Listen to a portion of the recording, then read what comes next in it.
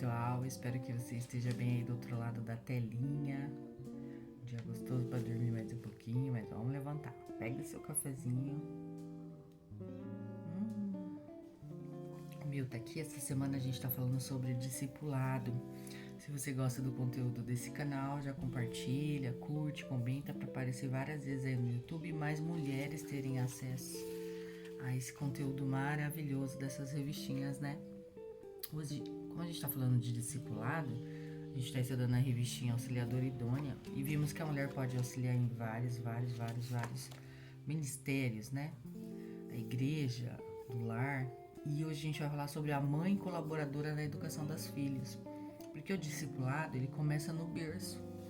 Como nós criamos nossos filhos, a importância que nós ensinamos para os nossos filhos dar a Deus, o tanto que nós mostramos para os nossos filhos a importância que o Senhor tem na nossa vida, a gente já está discipulando eles. E esse estudo é de Neide Siqueira. E ela começa falando assim: os pais têm grande responsabilidade no ensinamento dos seus filhos. Ensinar é o primeiro passo para educar, sendo o treinamento feito através de comunicação verbal e não verbal, pelo processo de mostrar, de falar. Nos revelamos desde o modo da nossa personalidade e a nossa filosofia de vida, e os nossos filhos, eles leem esses livros que nós somos, os pais. Cada pai tem a oportunidade de ensinar individualmente, mas quanto mais as crianças e o padrão de comportamento do casal coincidirem, tanto melhores serão os resultados. Quando os filhos veem e ouvem os mesmos conceitos, eles não ficam confusos. Quando o casal ensina a mesma coisa, a sua influência é tão poderosa que as suas palavras e seus exemplos ficam gravados na mente dos seus filhos. Não está falando para você ser coerente, né? Você e seu marido na educação do filho. Não adianta um fala, não faz isso. E o outro, não, pode fazer, coitadinho. Aí a criança não sabe para onde ir, vai fazer, claro, aquele que vai seguir aquele que deixou o desejo da criança, né? Que foi parcial ali e permitiu, mas está desobedecendo a mãe ou o pai, e assim a criança cresce com uma identidade distorcida, né?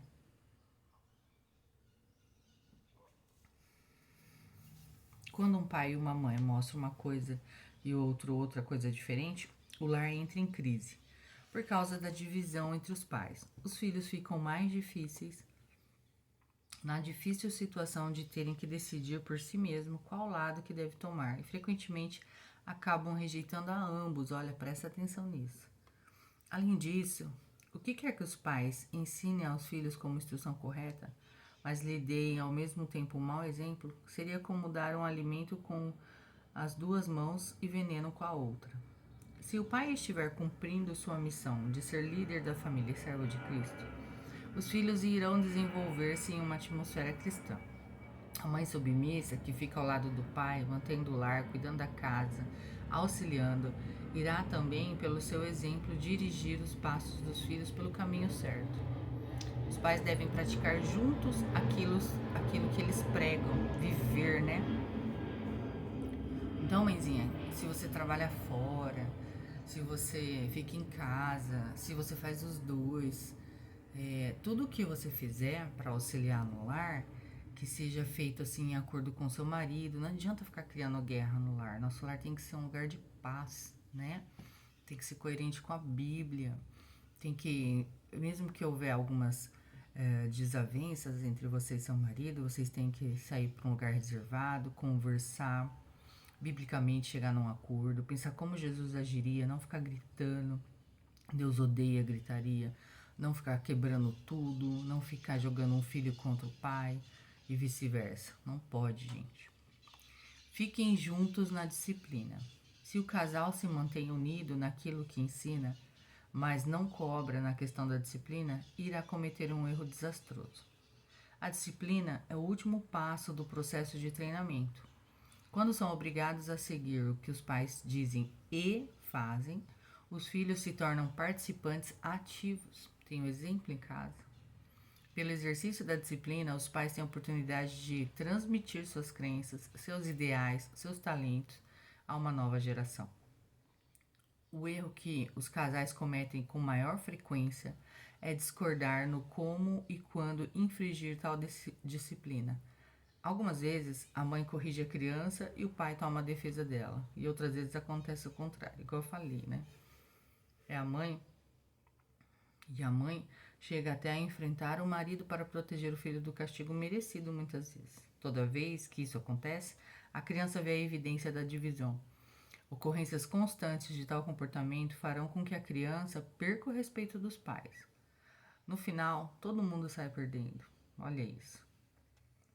Se em sua casa acontece isso, pare imediatamente. A partir de agora, quando seu marido exercer disciplina ou considerar inaceitável o comportamento dos filhos, você deve apoiá-lo, mesmo que você discorde.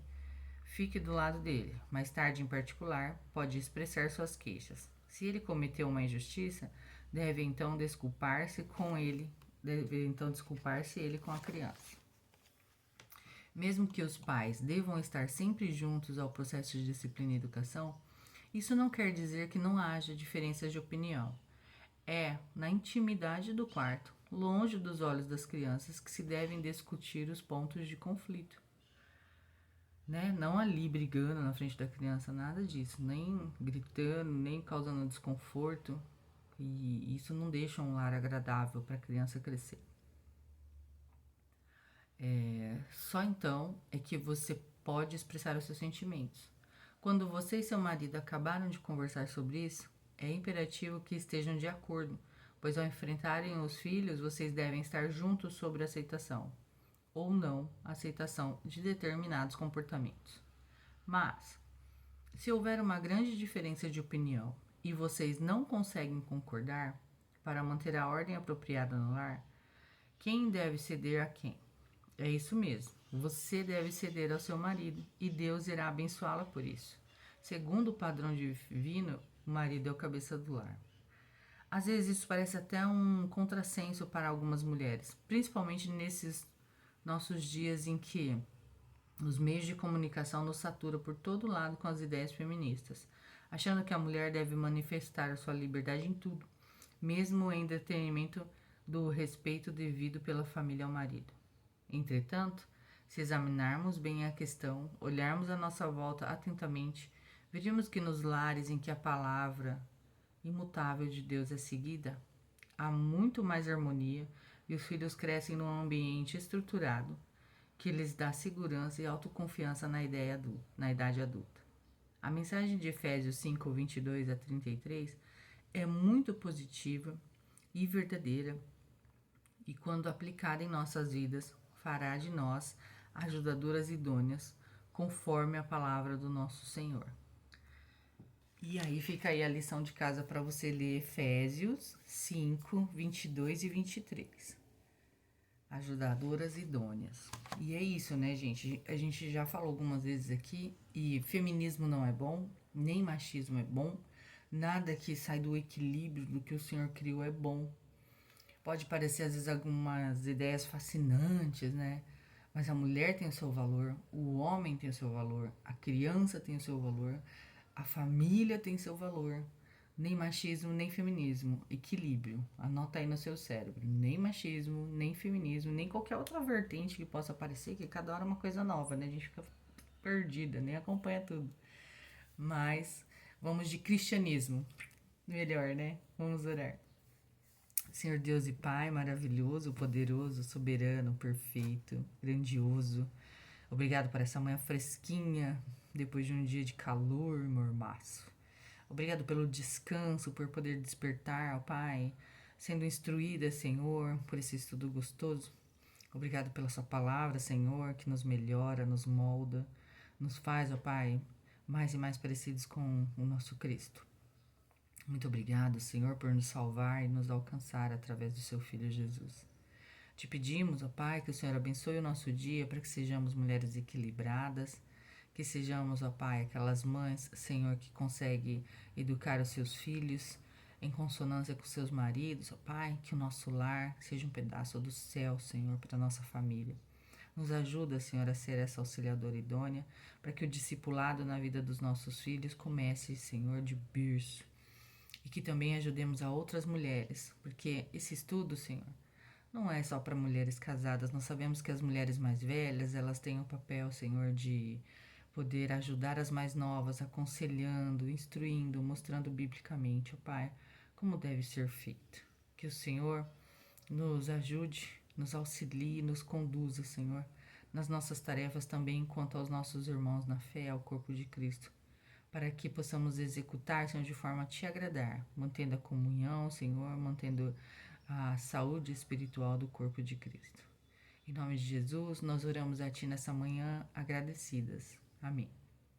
É isso, meninas. Um beijo, fiquem com Deus. Até o cafezinho de amanhã. Tchau, tchau.